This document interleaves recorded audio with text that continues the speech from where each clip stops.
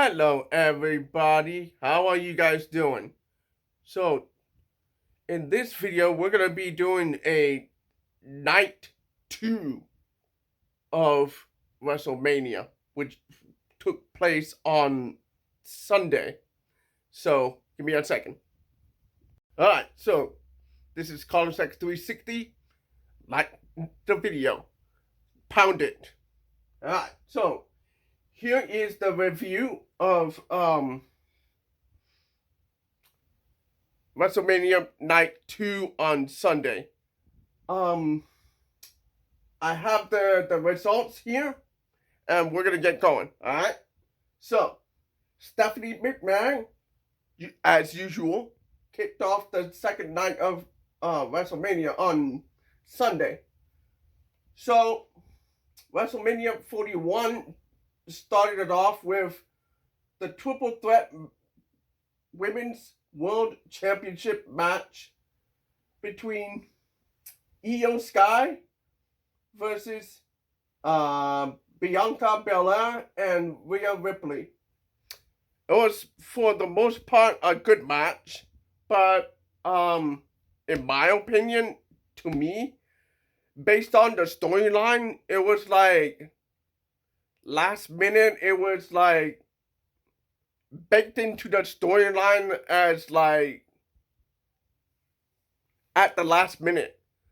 The way they did it, it was kind of weird, but also cool at the same time, because Rhea Ripley did like a storyline where she inserted herself into the championship match by signing the contract originally designed for somebody else. And what do you call it? Adam Pearce, I think it was Adam Pearce. I forgot his name. He has a bald head or something like that, but this guy, he got mad at the whole thing, but I think it's a storyline to prolong until the next week. So he brought everybody together and had Bianca Belair and Rhea Ripley signed the contract, and then Io Sky signed the contract. So from here, the build was kind of like wavy, up and down, up and down, up and down, and so there was no attachment to the match, in my opinion anyway. So alright, so the next one is Sin City street fight between Drew McIntyre against Damian Priest. For the most part, it was a nice match. But it's not a street fight, if that makes any sense. The whole street fight took place inside the ring and outside of the ring. But I said in a shorts that WrestleMania, and here's the thing, there was a big stage in the background, and they're not using that stage as much as they should be using it, because the stage looks like a building, a big building, like across the whole ramp. So I don't know, bro. That stage is a little underrated, underutilized, underused, not used that much. There was nothing special about the match other than the funny spot where Drew, I think it was to himself, doing so Damian Priest, he went on top of the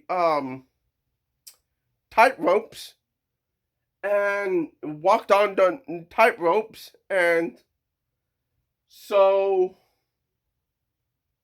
Drew McIntyre, he let it go until he got to the middle part, and Damian Priest got pushed into the tables where he was.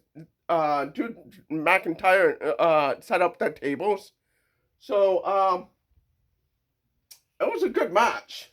My problem is, it's a typical wrestling match, and they call it a street fight. So, I don't know. One more thing. The chair shot. Usually, when you throw like a chair, the chair, you do it flat. But what he did is like he used this way, pointed at the person's head. That was pretty cool. But also dangerous. Very careful. Alright, so from here we have the Fatal 4-Way Intercontinental Championship match between Dominic Mysterio, Braun Breaker, Finn Balor, and Penta. Right, Dominic Mysterio won the match, and hats off to him. For the most part, the Fatal 4-Way was interesting. A lot of action, and then a lot of counters. So you couldn't figure out who won the match or who's about to win the match. But Dominic, he was doing pretty well in that match. We're talking about a guy weak against Braun Breaker in there. I mean, Finn Balor, it's experience, but the problem with Finn Balor is he needs more time to cook into the roster a little bit. And he needs to bring back his demon gimmick. And then Penta, they left him hanging because he needs more time to cook in the wrestling business more than Finn Balor. Finn Balor won a championship before, but not a lot of people gravitate to Finn Balor as much as the debut. They booked him pretty bad. But Dominic Mysterio could be, and he has this rocket to become one of the greatest intercontinental champion of all time. Problem is, in the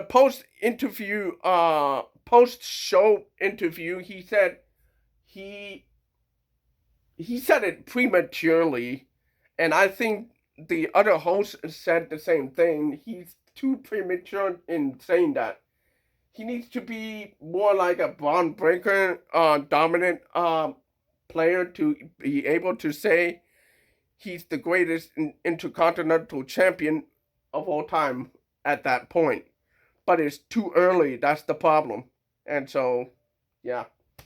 But I get what Dominic Mysterio is trying to say is because he has this crazy heat, like I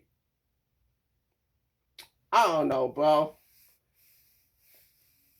It's a different kind of greatness. But they're gonna push him. They're gonna push him, and they did it on the next match. Next Monday. I mean, we'll talk about that later. Okay, so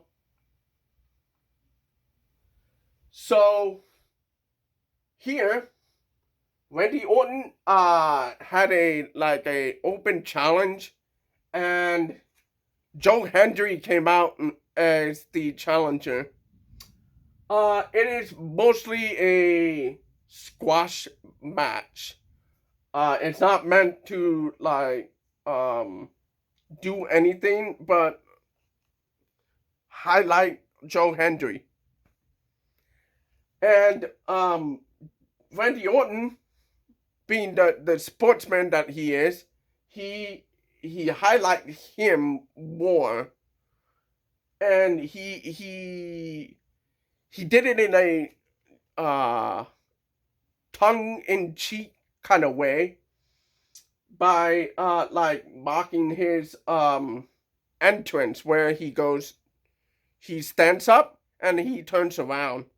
So, you know, it's not perfect, but it's a interesting way of highlighting new wrestlers in Joe Hendry. He's gonna have a good career ahead of him. WWE has plans for him, but they're trying to encourage him to get comfortable with the back-to-back appearances as of late. So they want Triple H wants to get Joe Hendry in the swing of things and understand the business a little bit more and get used to WrestleMania.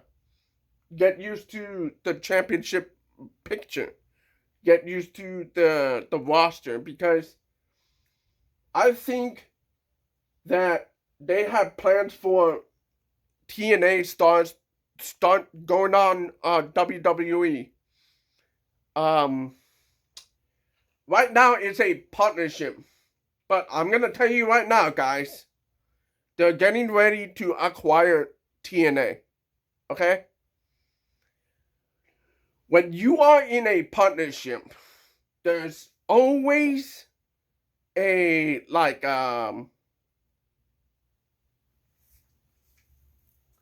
it doesn't always lead to a acquisition, but that's what is being hinted at here.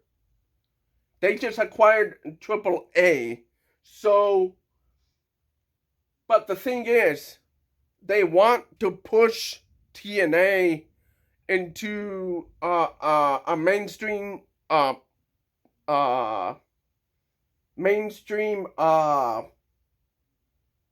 idea,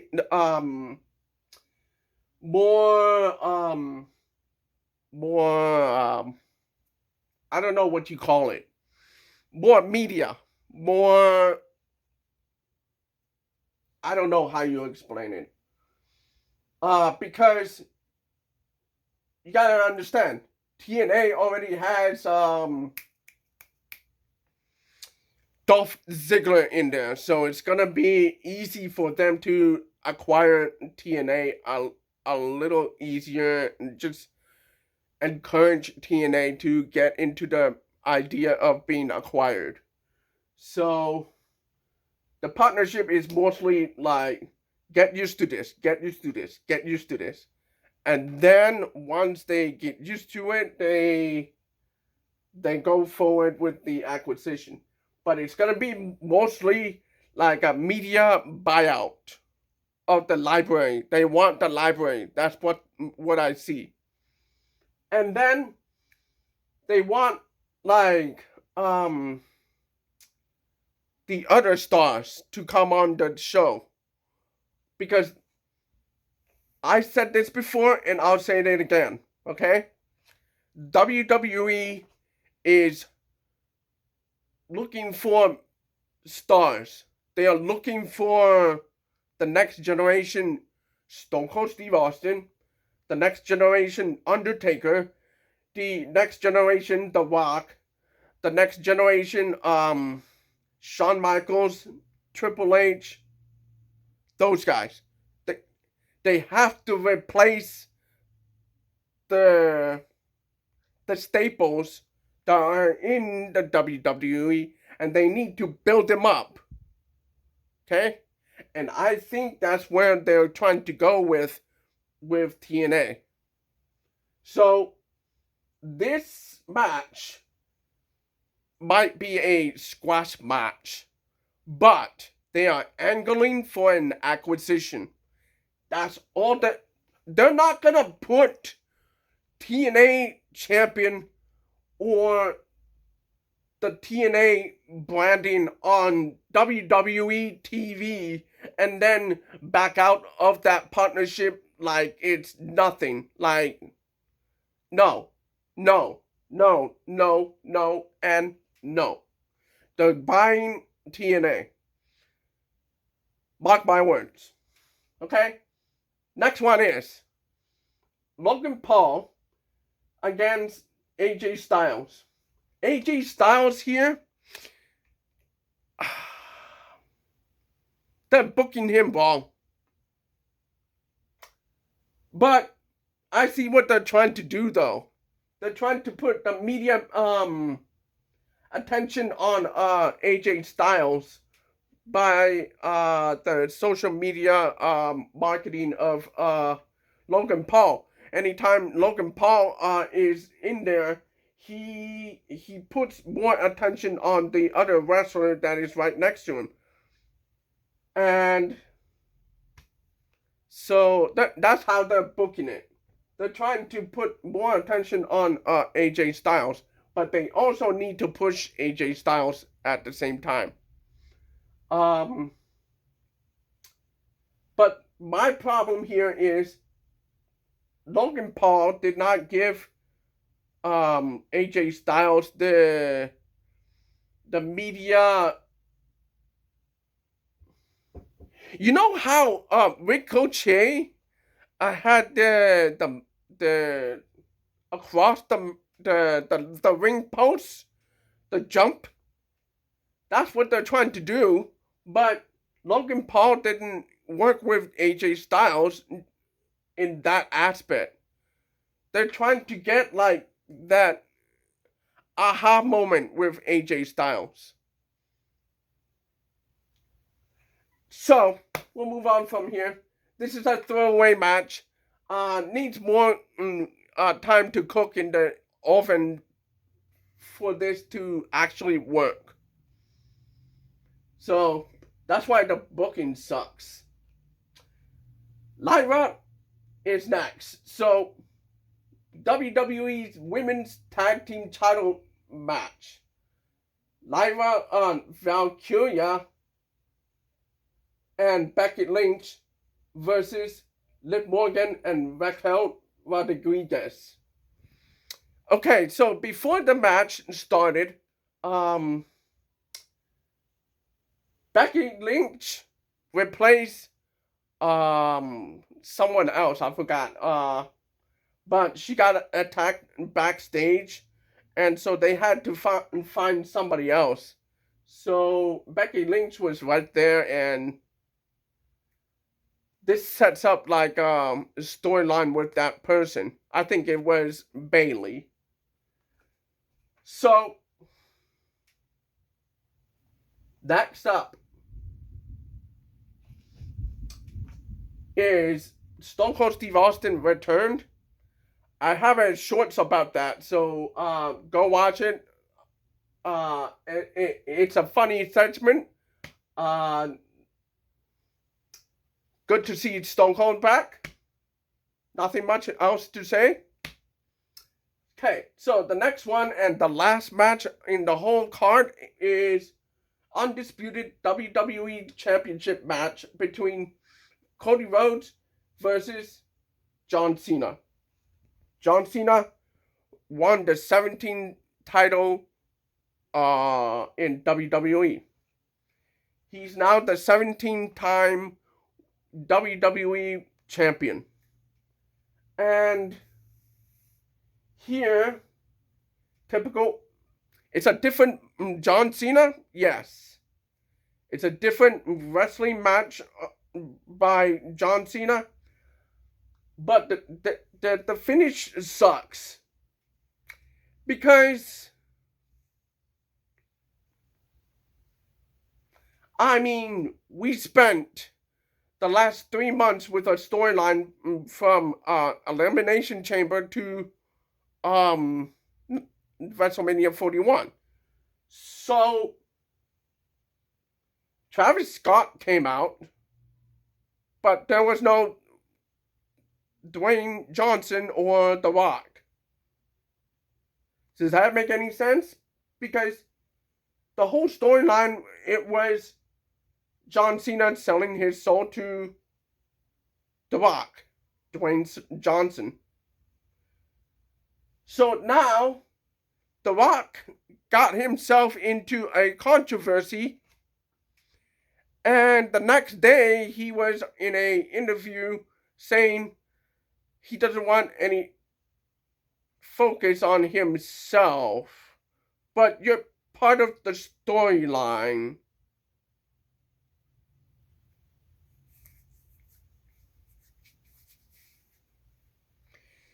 I don't know, Rock. It makes no sense now. This is the second storyline that made no sense at all now. And it's because the booking sucks. Somebody screwed everything up. I don't know what's going on here. The writing sucks right now. And they need to get the act together for the next WrestleMania, or they're gonna have more backlash. And it's not good kind of backlash. There's no closure to this storyline. There's no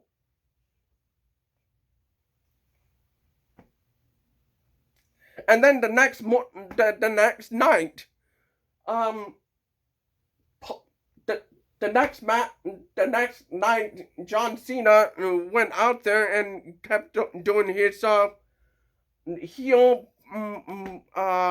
promo, and he got an RKO from nowhere, from out of nowhere, by Randy Orton. And what are we supposed to do with this storyline? What are we? This is so confusing. This is a confusing WrestleMania. Triple H needs to work on his long-term storytelling. Needs to work with his compatriots and get moving, bro. Confusing WrestleMania. And the build-up sucks. And then we get a bad... Oh my god, I don't know. What were they thinking? That'll be all for this video. Like the video. Subscribe to the channel. Share the video. Talk about CarlosX360. I'll see you guys later. Stay awesome.